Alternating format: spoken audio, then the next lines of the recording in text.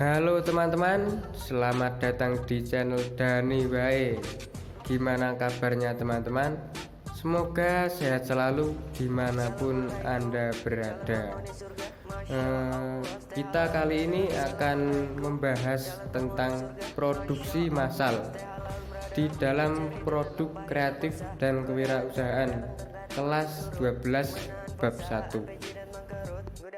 Oke teman-teman, sebelum kita lanjut ke materi, kita menggunakan kompetisi dasar 3.10 menganalisis perencanaan produksi massal dan KD 4.10 membuat perencanaan produksi massal. Oke teman-teman, setelah kita memahami kompetisi dasar, kita lanjut ke tujuan pembelajaran. Setelah mempelajari bab ini, diharapkan silakan baca sendiri.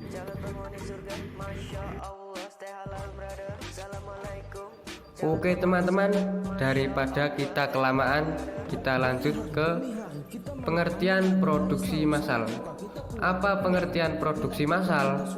Sebutan yang diberikan kepada sebuah metode memproduksi barang dalam jumlah besar dengan biaya rendah per unitnya. Oke teman-teman, setelah kalian mempelajari pengertian produksi massal, kita lanjut ke sifat-sifat produk massal, yaitu produk yang dihasilkan berjumlah besar. Sistem produksi disesuaikan pada urutan, tidak membutuhkan tenaga kerja yang banyak. Persediaan bahan produk lebih sedikit, bahan-bahan dipindah menggunakan mesin. Mesin pembuat produk bersifat khusus. Oke, kita lanjut ke jenis perencanaan produksi. Perencanaan produksi jangka pendek, yaitu penentuan kegiatan produksi yang akan dilakukan dalam waktu 1 tahun mendatang atau kurang, dengan tujuan untuk mengatur penggunaan tenaga kerja, persediaan bahan, dan fasilitas produksi yang dimiliki perusahaan pabrik. Oleh karenanya, perencanaan produksi jangka pendek berhubungan dengan pengaturan operasi produksi, penentuan tingkat kegiatan maka perencanaan ini disebut juga dengan perencanaan operasional. Perencanaan produksi jangka panjang, yaitu penentuan tingkat kegiatan produksi lebih daripada 1 tahun, biasanya sampai dengan 5 tahun mendatang, dengan tujuan untuk mengatur pertambahan kapasitas peralatan atau mesin-mesin ekspansi. Product development. Oke teman-teman, kita lanjut ke perencanaan produksi. Perencanaan produksi adalah proses menciptakan ide produk dan menindaklanjuti sampai produk diperkenalkan ke pasar.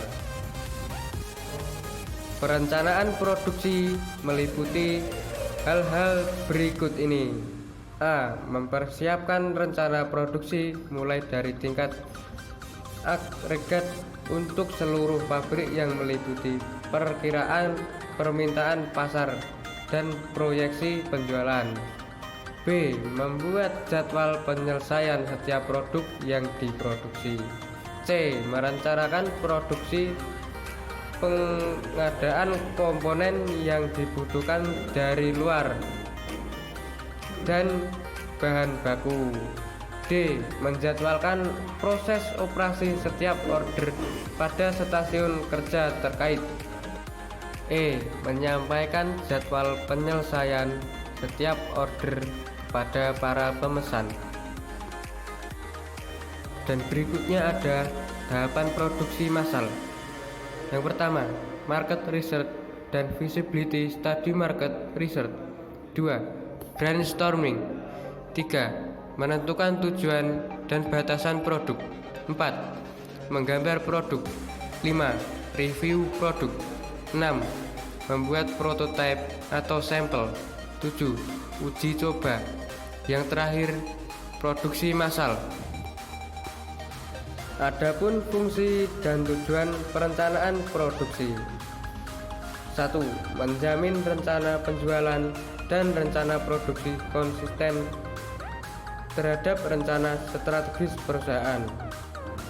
2. Sebagai alat ukur performansi proses perencanaan produksi. 3. Menjamin kemampuan produksi konsisten terhadap rencana produksi. 4. Memonitor hasil produksi aktual terhadap rencana produksi dan membuat penyelesaian. 5. Mengatur persediaan produk jadi untuk mencapai target produksi dan rencana strategis.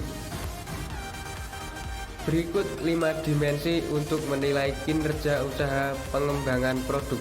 1. Kualitas produk. 2. Biaya produk. 3. Waktu pengembangan produk. 4. Biaya pengembangan. 5. Kapabilitas pengembangan.